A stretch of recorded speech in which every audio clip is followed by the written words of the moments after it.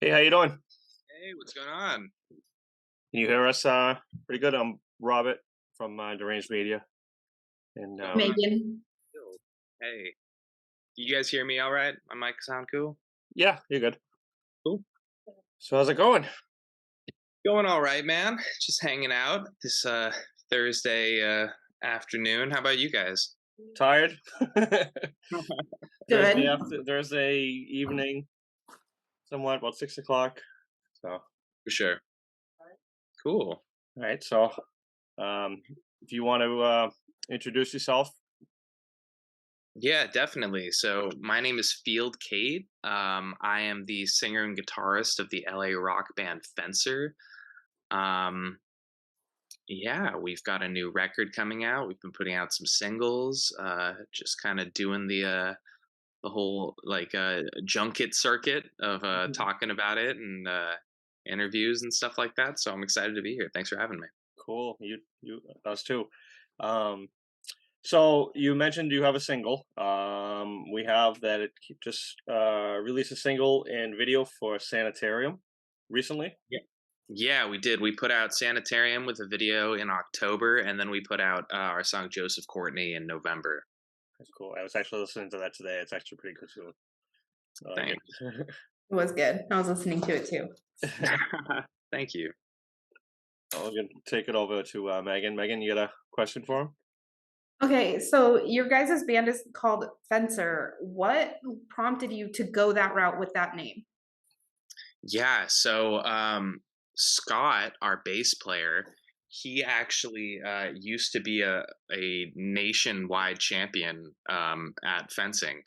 Um, and so when we were trying to come up with a name, we wanted to kind of honor his, I don't know, lineage of doing that. It's a big thing in his entire family. The Cameron and Scott, their whole family is a family of like professional fencers and stuff. And so That's pretty cool. um, their sister is a big fencer, and their grandparents and stuff like that. So It's fitting. yeah, That's cool though. definitely. So we see here you were when you were younger, you were like a child actor, correct? Yeah. Hmm. Can you tell us about a little bit about that? I see it was that you were in Airbud. You were one of the voices of Airbud. I was one of the buddies, and then I was on a show called Pushing Daisies for a couple years.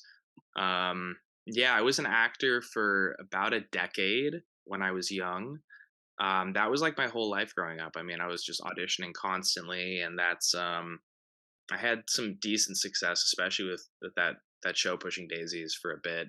Um, and I really loved it. And that's kind of, I don't know. I started when I was 6. I think I stopped around 15 or 16.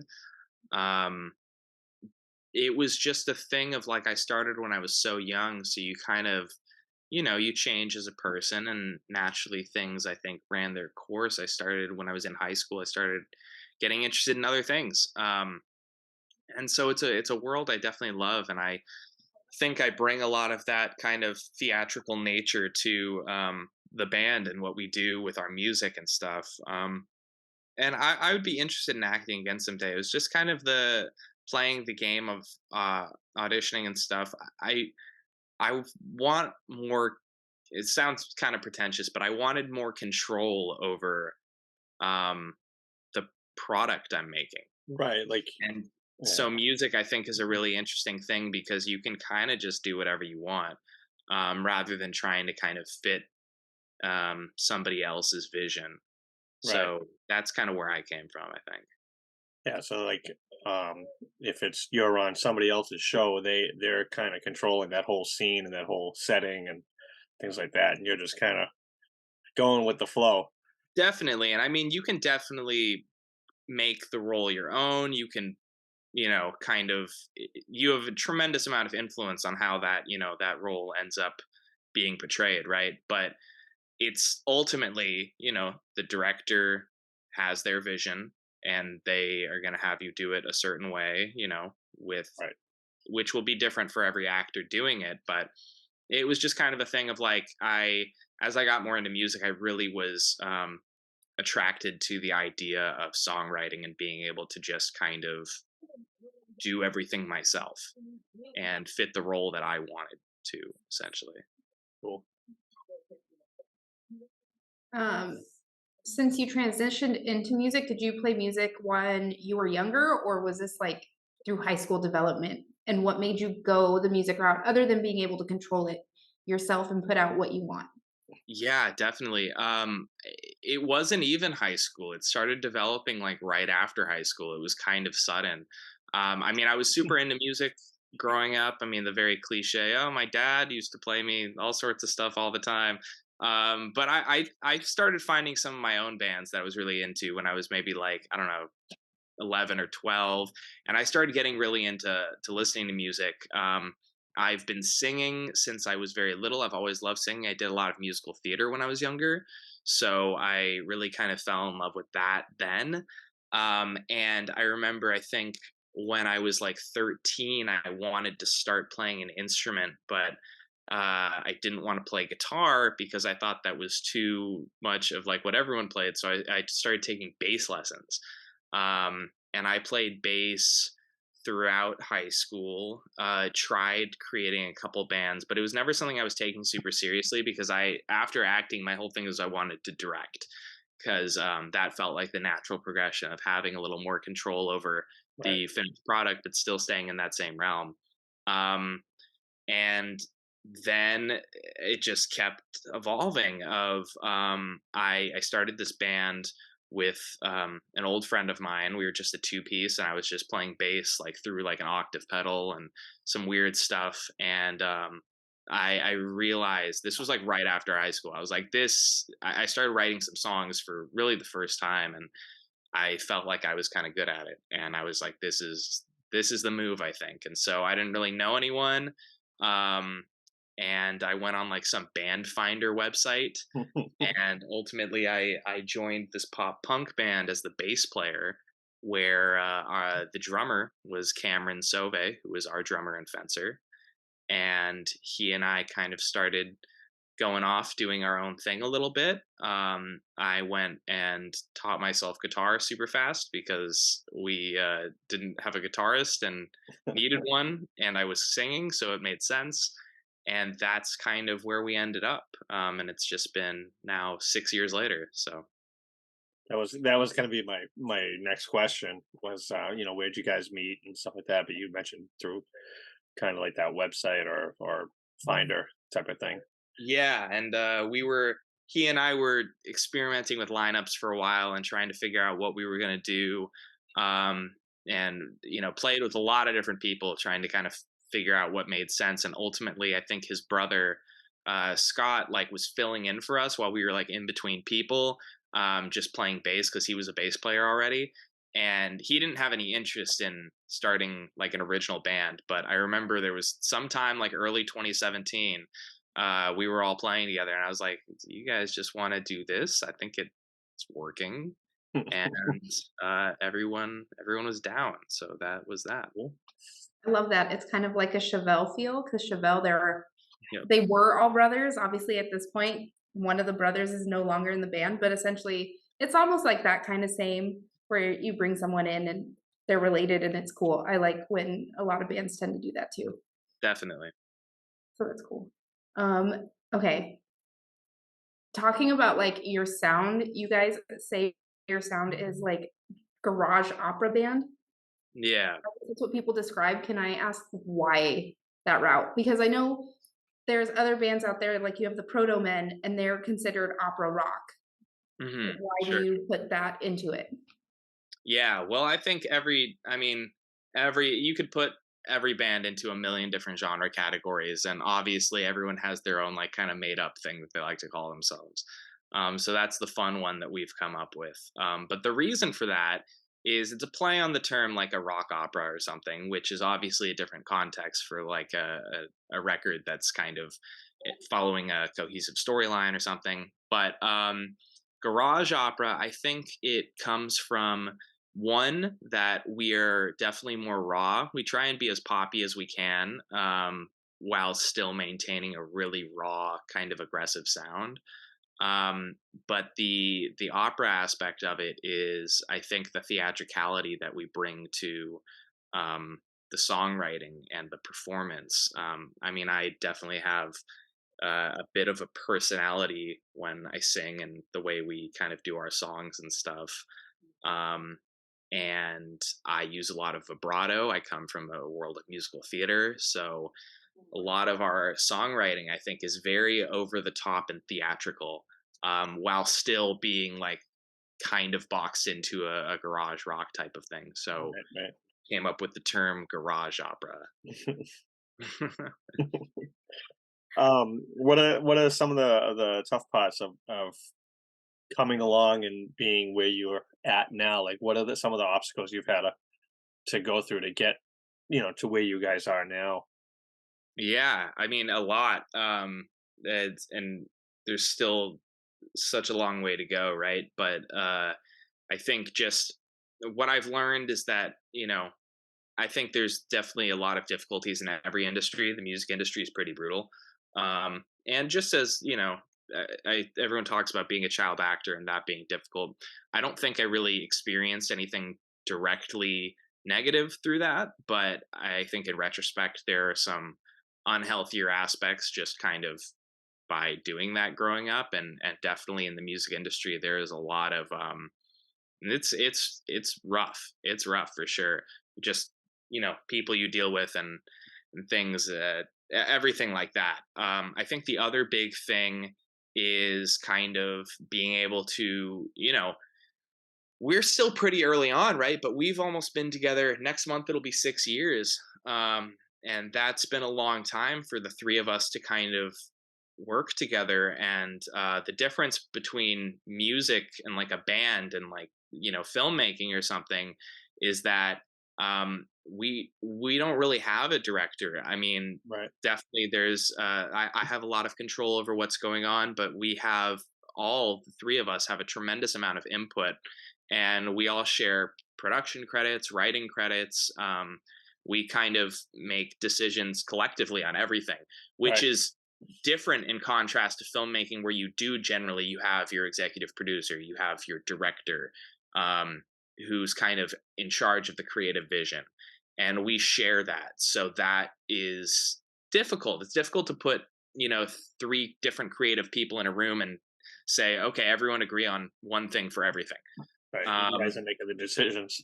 exactly.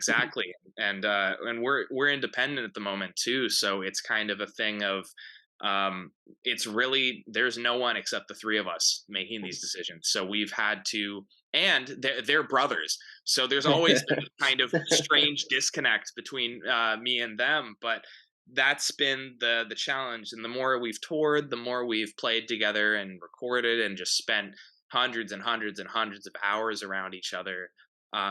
It you learn each other. You learn how to compromise and how to allow everyone to capitalize on their strengths and support people on their, maybe the things they struggle with more so, and how to just remain tight and not hate each other. And we've had our moments of hating each other, definitely, but I think ultimately we have learned how to kind of stay strong even when there are, harder times, right? And kind of bounce back and communicate.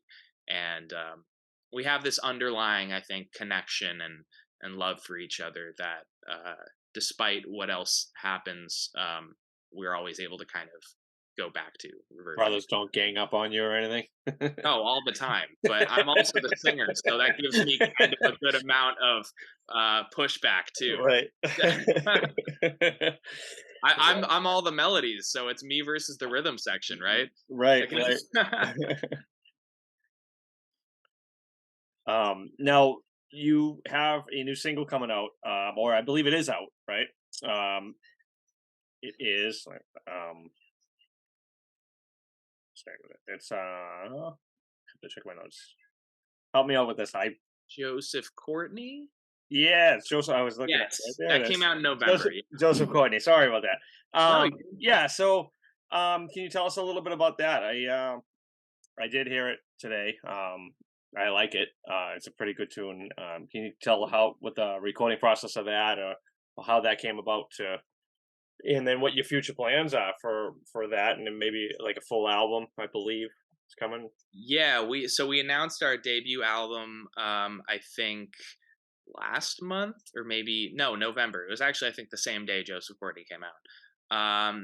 And that's going to be our first record. It's entirely self-produced, written by the three of us, performed by just us. It's almost all the credits are just the three of us. We did it at our own little studio, and we're really excited about it. Joseph Courtney is one of the singles on it. Joseph Courtney is an interesting track because we've been together for a while, so there are a lot of songs in our discography that kind of never ended up making it to a studio recording or anything, Right. just because you keep writing over the years and everything like that. And with this album, uh, basically the vast majority of songs are new because we wanted to kind of represent where we are currently as a band, right? We don't need to just go back through our catalog and just do things just for the sake of getting, a recorded version of a song. However, Joseph Courtney is one of those tracks that's kind of stuck around for a really long time. That was actually, I think, one of the first, if not the first song Cameron and I ever wrote together.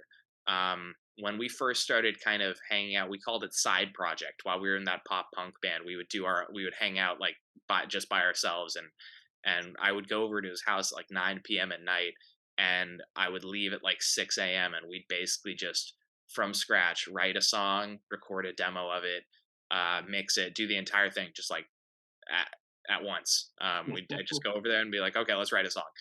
And I think Joseph Courtney was one of the first ones. It was definitely like in the first like two or three, if not the first one. And that's been a song we've played over the years, and people have always really kind of resonated with it. Um, and it's kind of just been like a fan favorite that's been floating around, and it's gone through many different variations and versions, but it had never ended up like actually being recorded. And so when we were putting the track list together for this album, that was one of I think there's two older songs that are on this out of the 10. And that is one of the two that we wanted to kind of bring back and put a new like little fresh air into. Songs about kind of this alter ego that I've created, and kind of just like in Fencer lore, kind of act as if that's who I am in the band.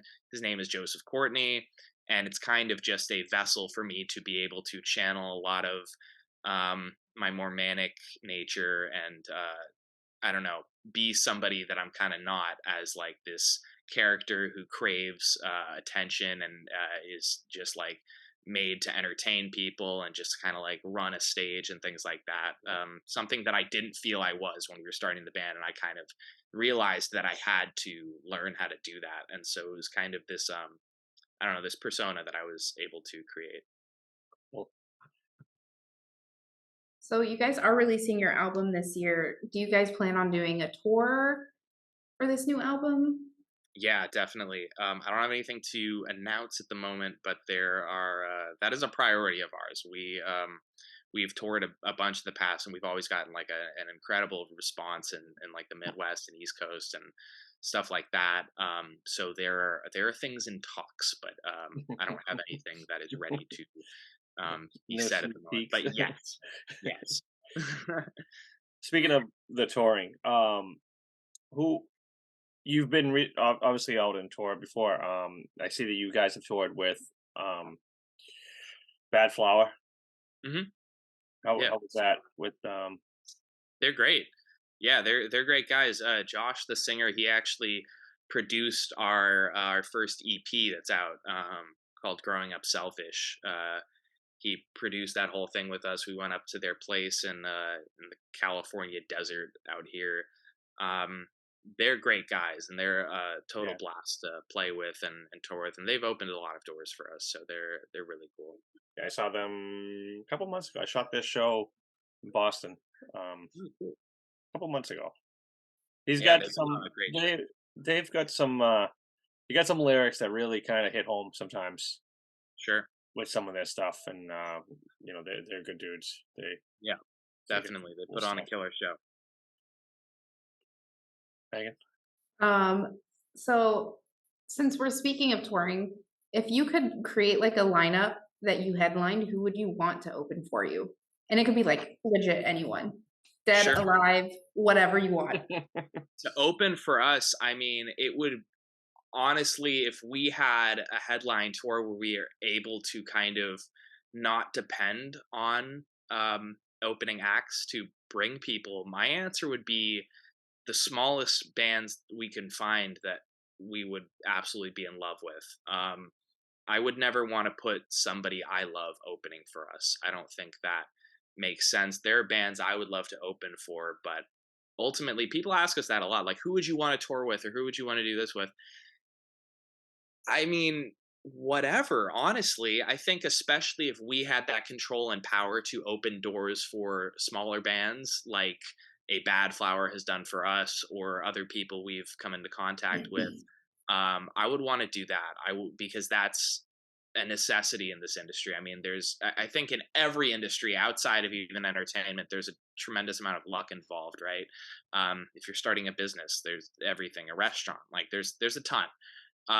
But in this industry, a lot of kind of meeting the right people at the right time. People like to tour with their friends, things like that. So there's a handful of great local bands we know that if we were to kind of get that leg up, we would love to just bring them along and try to introduce music that we really feel strongly about and believe in to our audience. I've seen some bands do that where they bring smaller bands on that don't have maybe that like notability. But then they also end up at every different location and venue, they bring in local bands from that area. Would you do that too? Yeah, I think it depends on the tour and how it's built. I like the idea of having a consistent uh, lineup throughout a tour.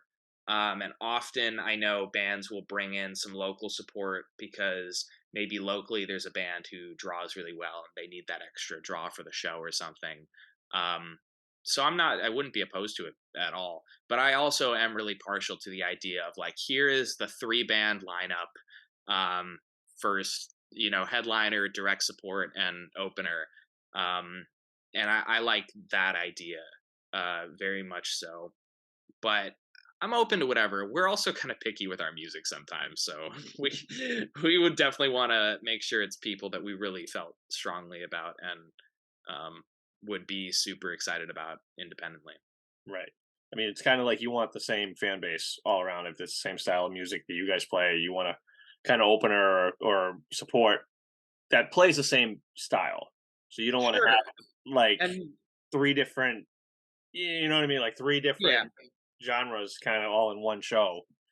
definitely. And I don't even think it's just that. Like the three of us, we listen to a lot of different music, so I just think it's good to have something that works together, and that doesn't necessarily mean being all very similar in genre and stuff. If anything, I don't want a band to be too similar to us, right? But I do think something that works like cohesively. Right. That but I do like the idea of introducing like whatever audience we have or would have, who's into our kind of stuff to maybe something that they wouldn't have normally gone out of their way to check out. Because there's just so much cool music out there in every genre. And I think especially with live music, you don't need to be a rock band to put on a rock show.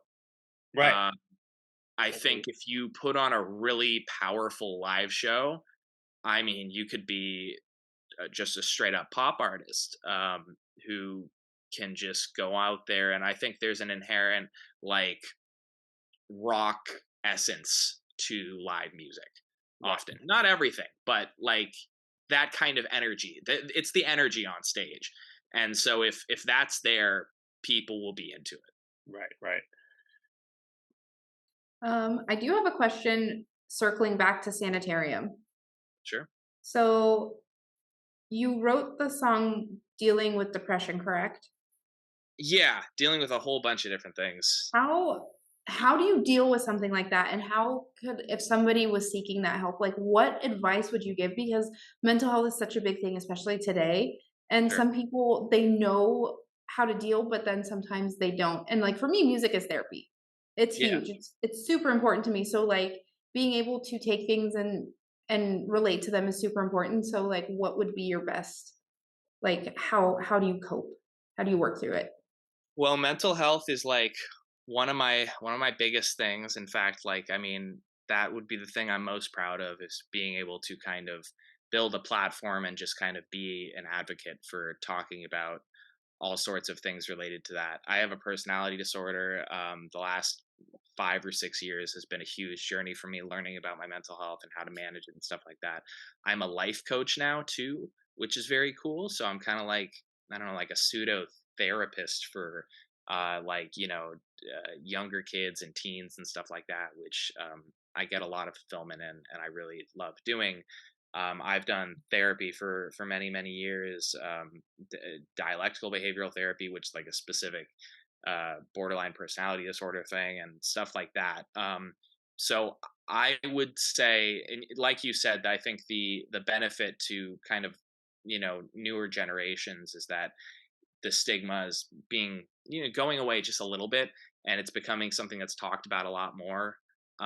So I think anyone going through stuff just needs to start talking about it, finding who they can in their circle, who will be receptive and be able to just be a third party to just bounce your thoughts off of. And that doesn't necessarily mean getting advice, but a lot of people don't prioritize emotional intelligence and awareness, um, and don't maybe have somebody that they can be open with about these types of things. And I think that's definitely the biggest thing I could possibly say is, I mean, I've built a little circle around me of I'm a super hyper emotional person, and I everyone who knows me knows that, and I'm able to just be unbelievably open with my feelings with everyone that I normally associate with, and that is has been a life changing thing for me. And I wouldn't be able to keep going Right. without that because I have a lot of very intense emotions, like and difficulties with emotional regulation and stuff. So I think there's a lot of different options. I think you just got to be open to it. Music is great for that as well. Finding whatever vice helps you and you can relate to.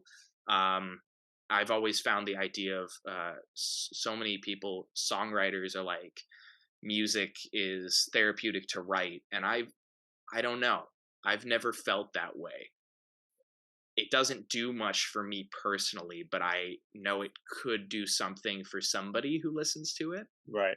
um, I get a lot more, I don't know, therapeutic responses from just talking to a person. But that's kind of what this is in a different way of being able to kind of put a story out there, put an emotion out there, a feeling, and just have people listen to it wherever. I just don't get to see their response on their face when they hear it, and I Right. Right. wish I I could, because that's I what I think like when I talk to someone. yeah. I think talking to people does make a difference because I deal with some stuff myself. But just talking about things, getting some stuff off your mind and see how people react towards it. Sometimes they can help you with stuff that you're going through and things like Sure, that. So I mean, yeah, that's a big part of it. definitely. And then so you recently that's what I was going to ask you guys. So recently, you guys did a nonprofit Life Rolls On benefit show. Yeah, yeah, we did a live stream for Life Rolls On.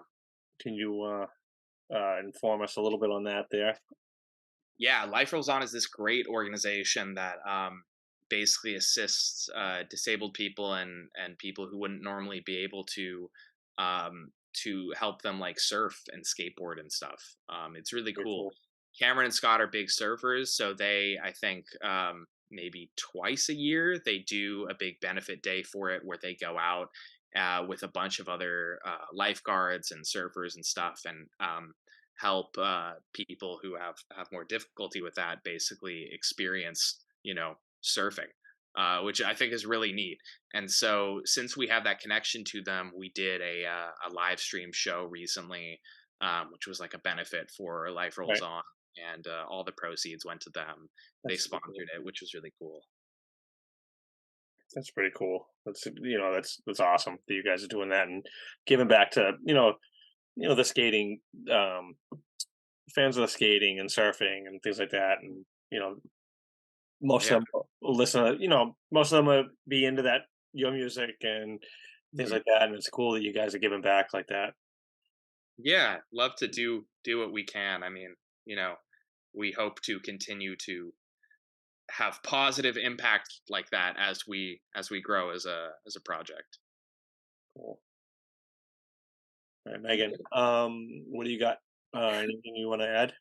No, honestly, that last question I asked was my last one, and I honestly really love that you guys are giving back to the community. I feel like sometimes people forget about the community, so being able to put back into it and giving is such a great and positive thing, and it's that thing where it keeps going. You know what I mean? Yeah, Like definitely. good karma. Hmm. All right. So let's give like a last run through. You guys have just released Joseph Courtney, the newest single. Um, you have a full length debut album coming out very shortly, Yep. and I believe that's it. Anything else you want to add? Anything you want to plug or No, add? I think that's it. Yeah, February 3rd, that's the release of our self-titled album. You can go pre-save it. Our handle on like all social media, everything everywhere is at Fencer Band. Fencerband. So check us out. That will be the best place, wherever on your preferred platform to keep up with us about shows and tours and releases and all that jazz. So yeah, just there's a couple more videos coming as well. So just stay tuned for the record, I guess. All right, we'll try to link all that stuff on this article as well, so Sounds people good. can go on there and go on your socials and things like that, and maybe check out some videos. So Cool. sounds good, man. All right, Thank you well, guys for thank you having me. very much for joining us again, Thank you. Robert. I'm Megan. And Cool. all right, cool, man. Thank you very much. Thank you. Appreciate it. Have a Have good a one. good one.